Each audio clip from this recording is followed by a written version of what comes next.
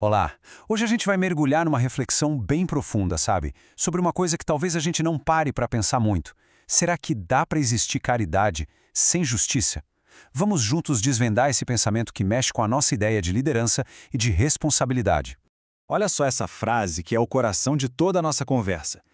Não se pode praticar a caridade sem primeiro ter praticado a justiça. Uau, isso aqui é forte, né? Porque nos faz parar e pensar, será que as nossas boas ações, a nossa ajuda, estão mesmo construídas em cima de uma base firme? Uma base de justiça? E sabe de onde vem essa reflexão toda? Ela nasce de um olhar para dentro, de uma meditação pessoal sobre as regras e, principalmente, sobre as responsabilidades de liderança dentro da sociedade de São Vicente de Paulo. É como se a gente abrisse uma janela para entender como funciona, por dentro, uma organização que tem como missão fazer o bem. E aqui está o pulo do gato. Artigo 11, letra F, diz que cabe ao presidente cuidar para que o regulamento da SSVP seja rigorosamente cumprido. Presta atenção. Não é um se puder, não é uma sugestão, é um dever, é uma responsabilidade direta. E isso não é só papelada, não é burocracia. É o que garante que a coisa toda funcione do jeito certo, com justiça e eficiência. Tá, mas e quando essa regra não é seguida? O que acontece quando essa responsabilidade é, digamos, esquecida? Bom, aí a coisa começa a desandar. É um efeito dominó, sabe? As conferências começam a faltar nos eventos, festividades importantes do regulamento são deixadas de lado, até as comissões de jovens acabam ficando sem apoio.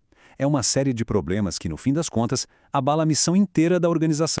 E aí fica a pergunta, né? Uma pergunta que não quer calar. Se tudo isso está acontecendo, se as regras não estão sendo cumpridas, de quem é a responsabilidade? A resposta que o texto nos dá é direta, sem rodeios. A responsabilidade é dos líderes, dos presidentes. Porque ser presidente não é só um título bonito, né? É um compromisso. Exige ação. Exige estar atento para garantir que os valores e os princípios da organização sejam de fato vividos no dia a dia. E agora a conversa fica ainda mais séria. Olha essa frase. Omitir o pecado é pior do que praticá-lo. Pensa no peso disso. A ideia aqui é que, às vezes, ver algo errado acontecendo e ficar quieto, não fazer nada, pode ser uma falha ainda maior do que cometer o erro em si. É uma perspectiva bem radical sobre a responsabilidade. Então, o que fazer? O texto faz uma comparação bem interessante. De um lado, tem a atitude de só fazer propaganda, de ficar apontando o que é certo e errado sem dar nenhuma solução. Do outro lado, tem a abordagem certa, que é não só apontar os problemas, mas também denunciar. Ter a coragem de falar e de buscar soluções. Ficar em silêncio, nesse cenário, é quase como concordar com o erro. E aí a gente volta para aquela frase lá do comecinho. Lembra dela? Não se pode praticar a caridade sem primeiro ter praticado a justiça.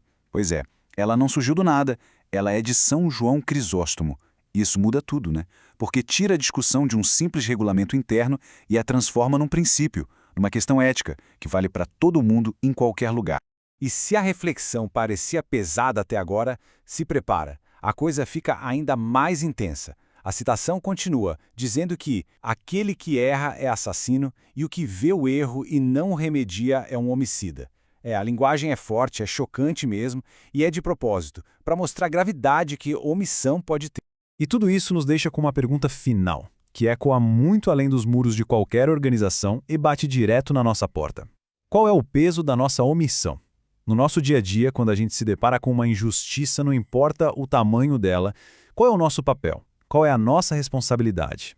Para mais conteúdos assim, se inscreva nesse canal. Se gostou, curta e compartilhe com seus amigos. Ative o sininho para receber notificações de novos vídeos.